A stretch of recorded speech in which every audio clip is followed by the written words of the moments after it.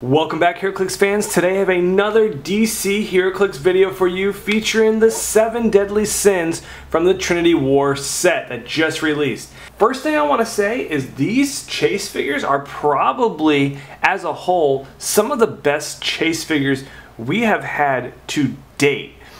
If you would look at the aftermarket, only within a week of the release, you would not think that, but that is not the case. These are some really good figures, and I really wanted to make this video because I wanted to show the pluses and minuses for these figures and show how good they really are.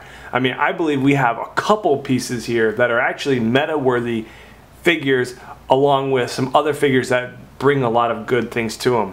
I don't think there's actually a bad chase figure in this set, which is pretty impressive considering not every chase figure is actually pretty good. These are affordable, deadly, and have very interesting powers, especially the day and age right now with relics and resources playing a big part of the metagame and competitive scene out there.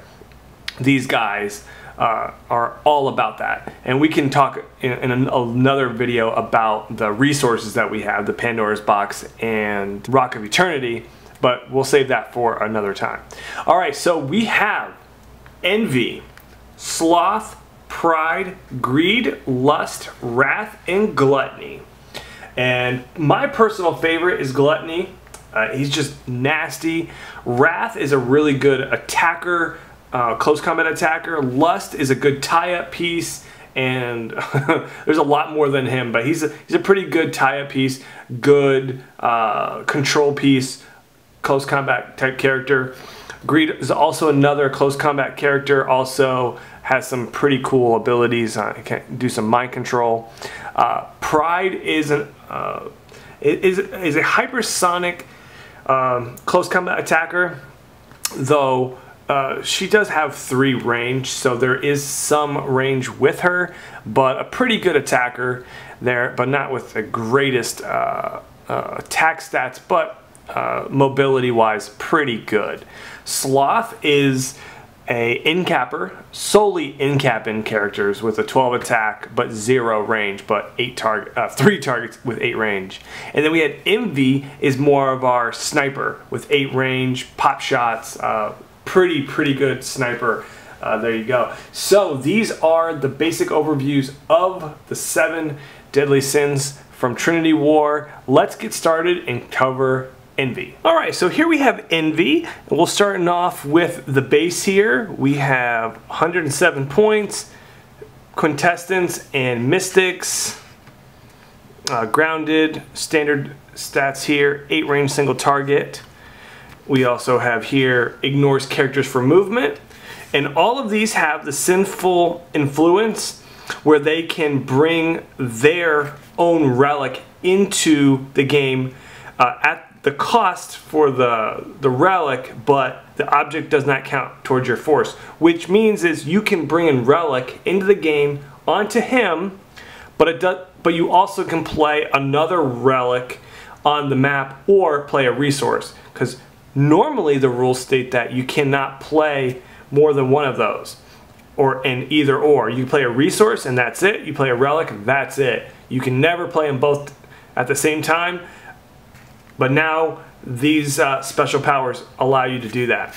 Now this one says he can bring the Envy relic, and all of them can bring their own relic in, and some actually can bring in additional relics. So let's cover what the Envy relic does. It gives you energy shield deflection and sidestep. When making an attack, you may replace this character's attack value with one of its target's attack values. So that's pretty cool.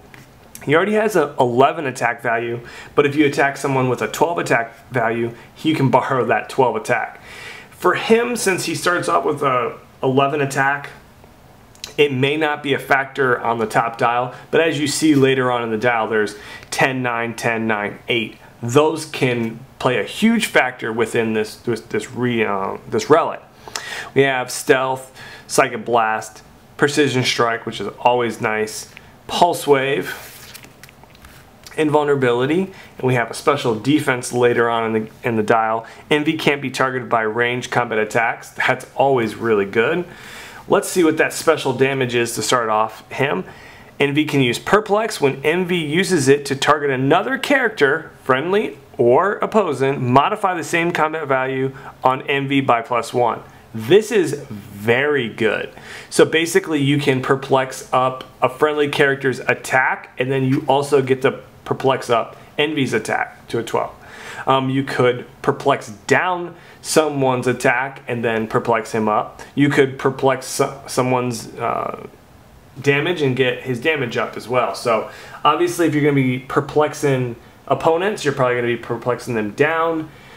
If you're going to be perplexing up, most likely it's going to be friendly. You know how that works.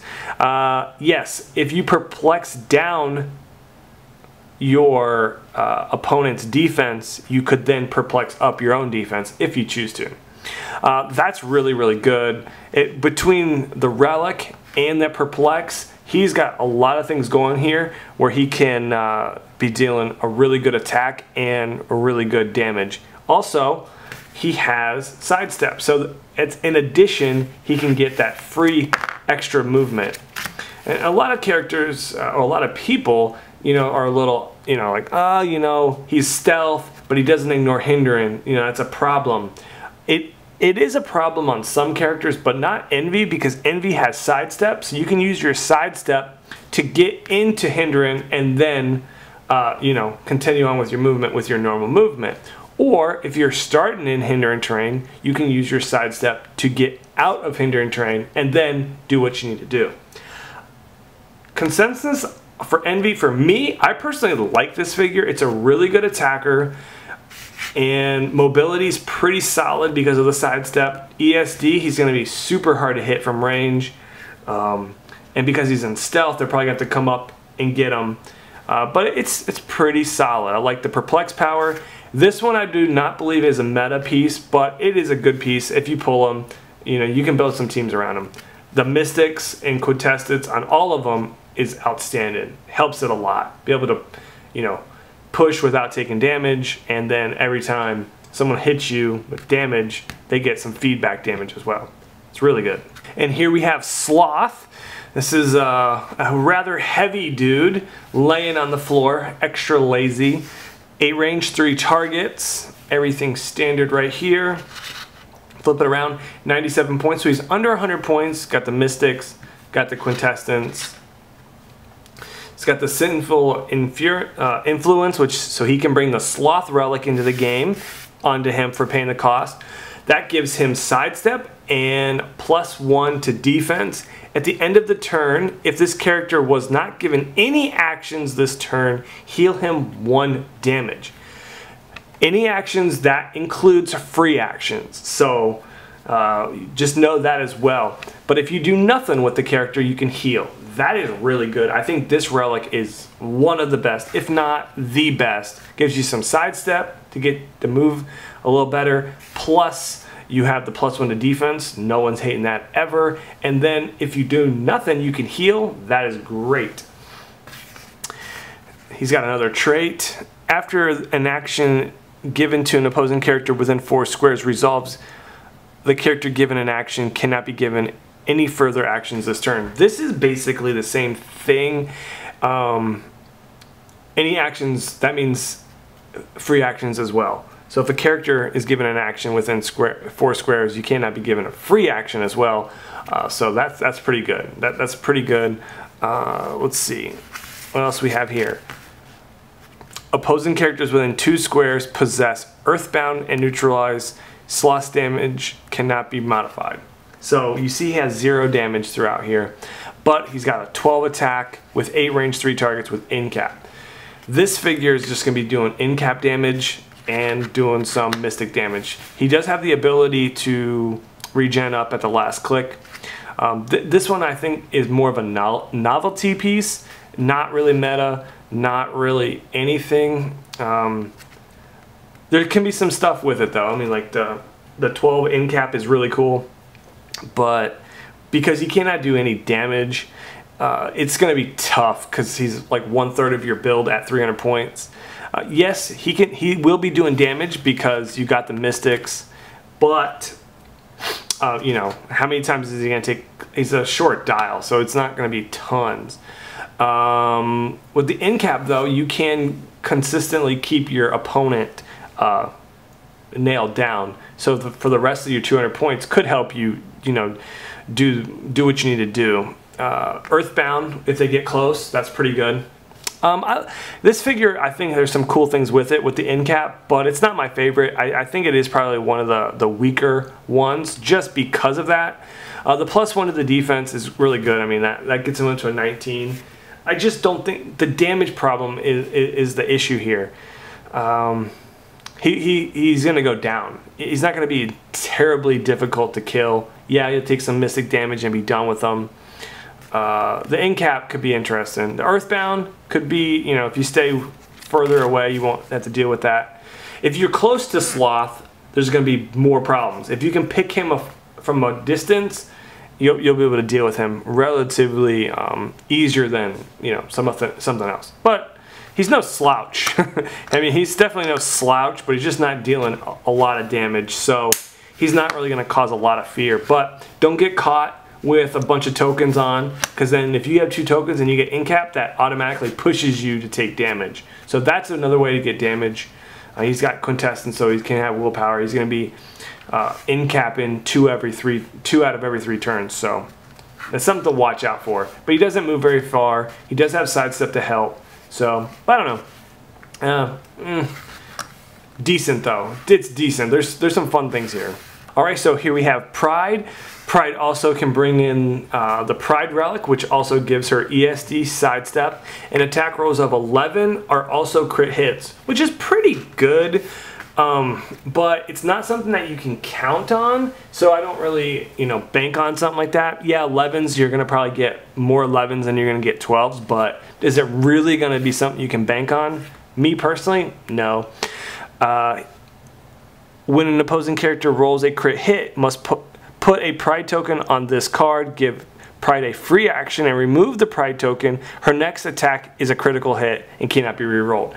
This is really good. So if your opponent rolls a crit hit with any of their characters, no matter who they're attacking, if they hit a crit hit, you get to put a token on her, and whenever you take that token off, her next attack is a crit hit. That is amazing. That is really, really good.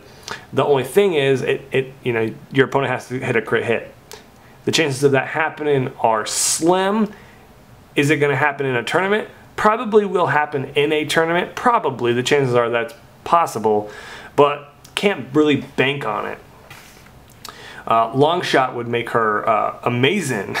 Like if you played against a long shot, it would be incredible. But chances of that happening are slim.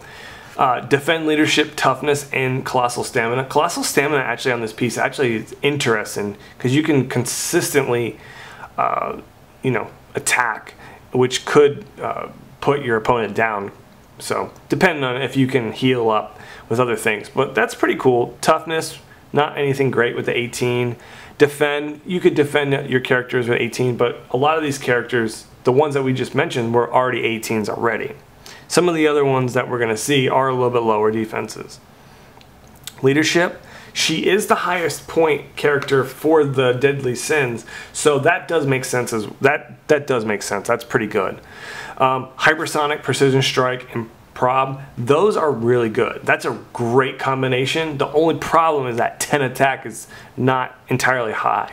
Other than that, she's a pretty good piece. If she gets hit, she definitely drops. If you keep her on the first 2 hypersonic clicks, she can stay in there and she's competitive. So yeah, I like her. I've seen her played pretty good. I've faced her with Batman, and that was very tough. But meta piece, not really. But you know, not a bad chase figure. There's some potential there. And it's Quintessence and Mystics. It's pretty brutal to have to deal with that figure. And here we have Greed. Can also bring in the Greed Relic, and also another one. We'll look at that as well. The Greed Relic has Energy Shield Deflection and Sidestep, like always. Perplex with a range of 10, but only can target opposing characters with a relic or a resource. This day and age, almost every team is going to have at least one of those, a relic or a resource. So that will come into play, but it will not be something that happens on every character on your opponent's force. It very well may if they're playing like the Book of the Skull or something like that, but you know how it is. It's probably going to come into play at some point. Also, let's talk right here. When you build your force, you may assign a relic of 8 points or less to greed by paying its cost. This object does not count towards its force. So you can play the greed relic on him because of this trait, and this next trait you can also play any relic 8 points or less on him for free as well. And on top of that, you can still play a resource or an additional relic on the board because it does not count towards your force, does not count towards your force. Really crazy. This is where we start getting into meta pieces. Just because we can bring in so much into the game could change the dynamic. Also, look at this. Mind control, when he does, if the hit character ends its action adjacent to greed, give the hit character 2 action tokens. Now you're really holding them down with the 2 action tokens, and that potentially pushes them and gives them damage as well. So you're mind controlling them. Who knows what you did. You could mind control them and just walk them over to you, which is a good valid point as well, because you have ESD from the relic. Who knows what the other relic you gave? You could give them another one of these Deadly Sin relics, or another relic from the game that's been out. It's combat reflexes, so that's a 19. No matter what, ESD and combat reflexes, this guy's going to be really hard to hit off the top spot with the mind control. Brutal. Mystics, contestants. Deadly. And he's super cheap. 67 points. Later on in the dial, not too much later, which I think second click might have the best possibilities for a lot of those other things. You get perplex, but only modify your own combat values. So you get the barrier, which could be really, really interesting. But the top click is probably where you want to stay. But this is good. I really like, I don't know really more I can say about this piece. Mind control, lock you down with the 2 tokens if you're adjacent to him. And with the relics you can play with him, the combinations what you can do are pretty endless, I think. There's a lot of good combinations. For 67 points, you can make him a beast. All right, we are continuing on with this. We have Lust, also can bring the Lust relic in. Let's see what the Lust relic can do. Combat reflexes, plasticity, and sidestep. That's pretty much it. But you have toughness, and you'll have combat reflexes, so at close combat, he is pretty nasty with shape change as well. Charge, precision strike, not looking too good to be next to him. Opposing characters can't make ranged combat attacks if they are adjacent to another character. This ability can't be ignored. Okay, this is extremely good.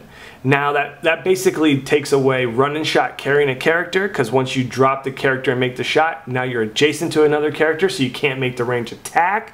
Enhancement, PD. I mean, I'm telling you, this is good. This is really, really good. He's 117 points, but the fact that he's got all these other things going on, he can fight. He also got this other power where you can do charge and plasticity. Adjacent opposing characters modify their stats by -1. If they have 2 action tokens, modify their stats by additional 1. So that'd be -2 to everything.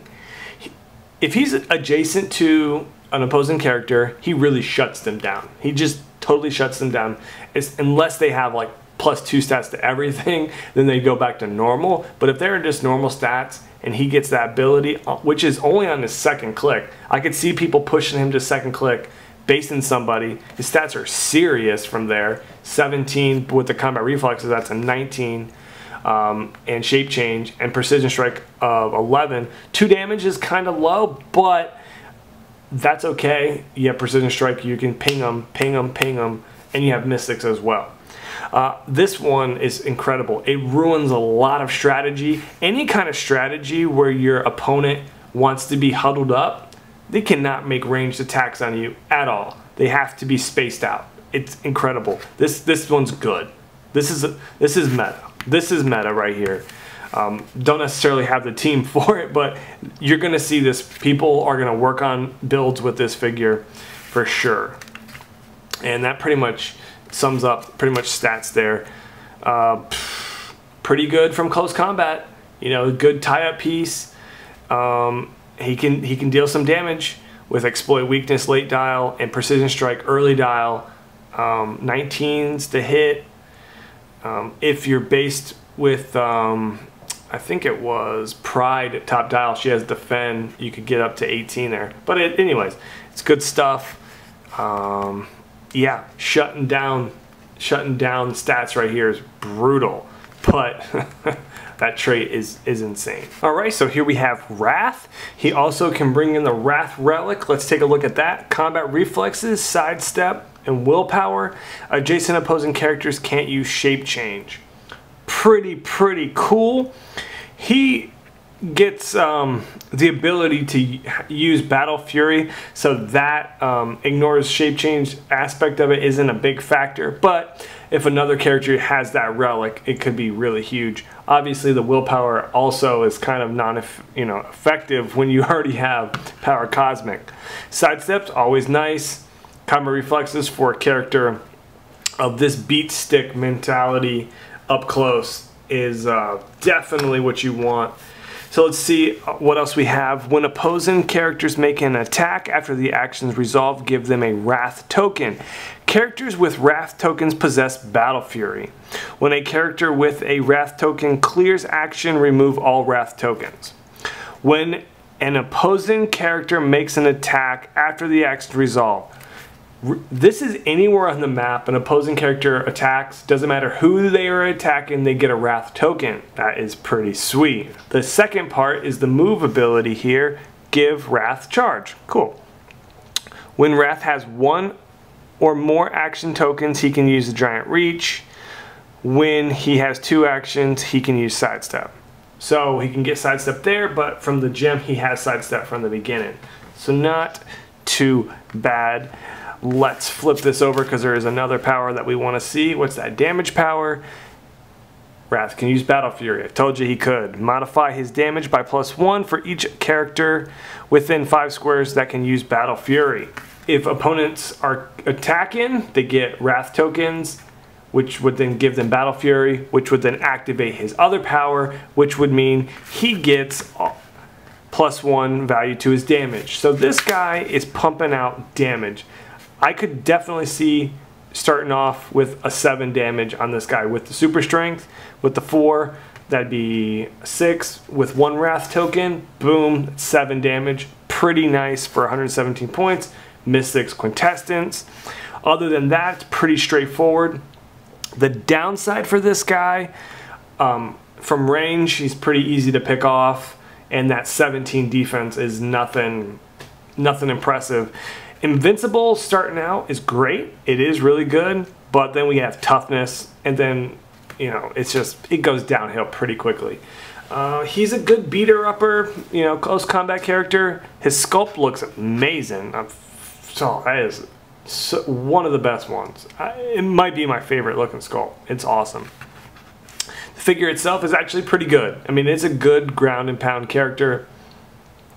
I wish he could take a little bit more damage, and it is kind of short, but he could deal out a lot of damage for the points, though. I like him. I don't think he's meta at all, but it's a fun piece. Could deal some damage for sure. All right, the last figure is Gluttony.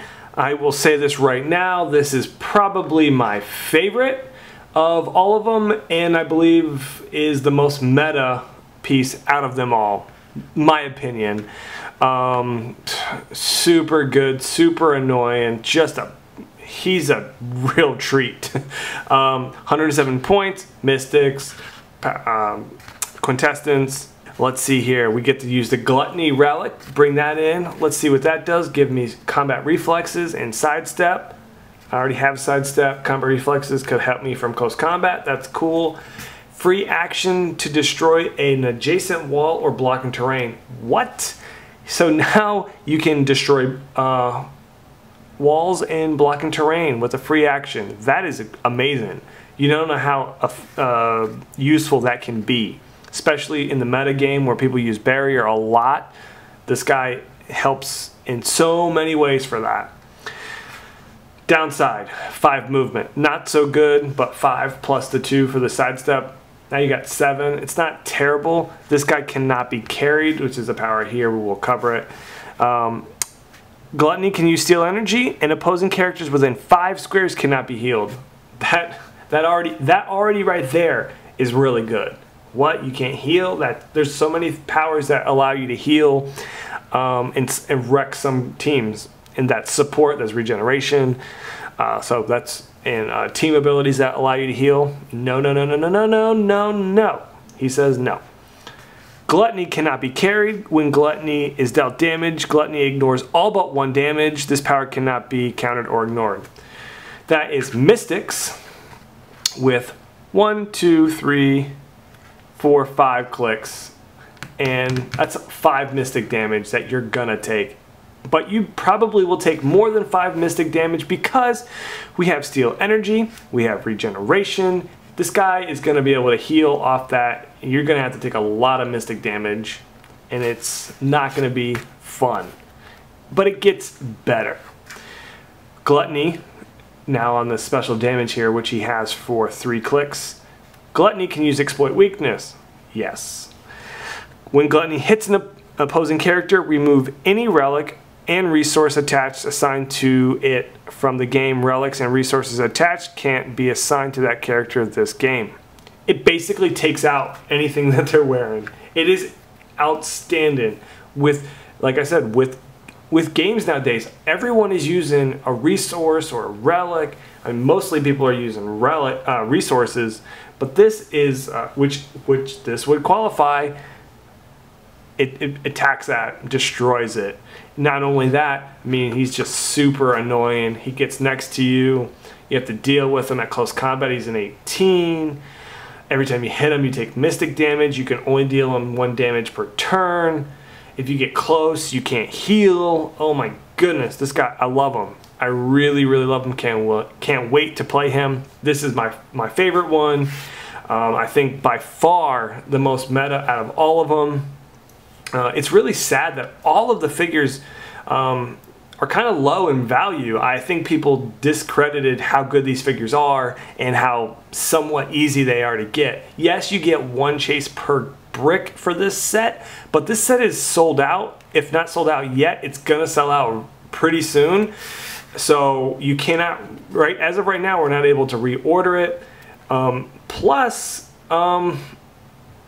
there's 7 of them, so you're not guaranteed to get the exact one that you want. So, yeah, amazing. I love this one. Sculpt is actually pretty cool. I mean, it's pretty crazy with these little blob with these little arms. But yeah, I enjoyed this chase the most. Lust is up there, and Greed. I think these are the 3 that you're really going to want to look for in the meta game coming up. For sure. These just are good. They have a lot of good things going for them. And yeah, hopefully you guys found this video entertaining and useful. Hopefully you pulled some awesome chases and you like the ones you get. Tell me if these are your favorites. Tell me if you like some of the other ones better. They're awesome. They're really, really good chases. The character selection, you know, the characters themselves, I'm not like totally a fan of them, obviously, just not, but they're cool. They're really cool. It's a really cool idea as chases, and they're really good. What you're looking for is really good pieces. These are really good pieces. And they're pretty affordable, about 1/3 of your army for the most part. Some are a little bit over that, but not by too much. All right, guys, thanks for watching. Please subscribe. Stay tuned for more Heroclix videos, and have a good night.